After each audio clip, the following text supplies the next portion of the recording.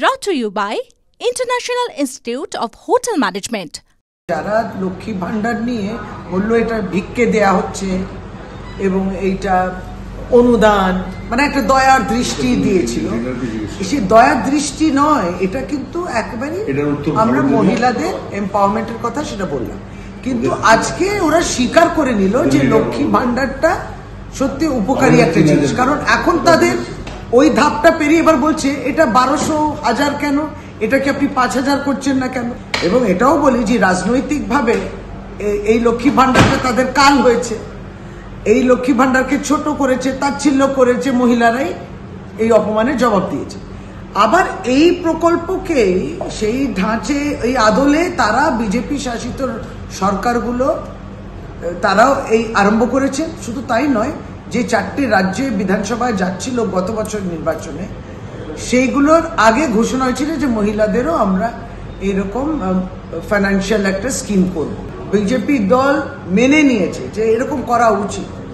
আমরা এটা বাংলাকে নিশ্চয়ই বেঙ্গল শোজ দি ওয়ে, এবং আমরা এটা মানে উদ্ধত্ত জায়গা না, এটা দেখুন কোভিড কালেতে যারা নোবেল লরিয়েট তার চেয়ে বেশি তো আর বিজেপি জানবে না।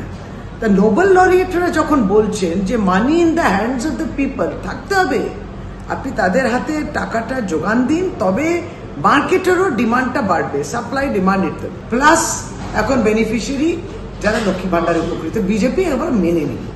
কিন্তু এটাও বলতে হবে যে প্রতিশ্রুতি দিদি দিয়েছিল 2021-এর আগে, পালনও হয়েছে, নির্দিষ্টভাবে মাসে মাসেও টাকা যাচ্ছে, এটা বন্ধ হবে না এবং টাকা বৃদ্ধি হলো।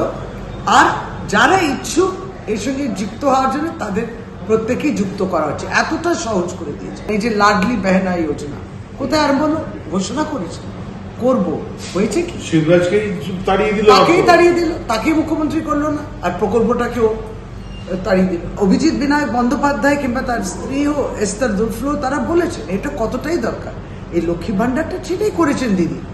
সারা ভারতবর্ষে কোথাও নেই যে ওই পরিবার, একটি পরিবারে প্রতিটি মহিলা, শুধু 25 থেকে 60 বছর বয়স হলে প্রত্যেক মহিলা পাবে। হয়তো তামিলনাড়ুতে এরকম একটা স্কিম আছে, কিন্তু প্রত্যেক মহিলা পায় না, অনলি এক। Brought to you by International Institute of Hotel Management.